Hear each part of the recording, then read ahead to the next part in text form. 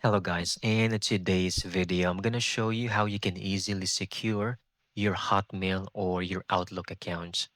Let's begin.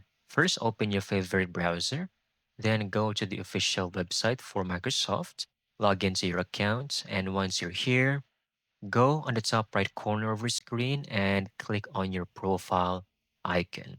Then choose My Microsoft Account. It will open a new tab on your browser. Then over here, go to Security. And once you are on the Security tab, the first step is to change your password. So if it's been a while since you've updated your password, it will show up in here, last update. Then go ahead, update your password. Then the next security method we need to do, which is very important, is the two-factor authentication. You can go to manage how I sign in. I'm going to click on this option so we can reveal more options. Then we can turn on our two-step verification or over here, turn it on, click on it.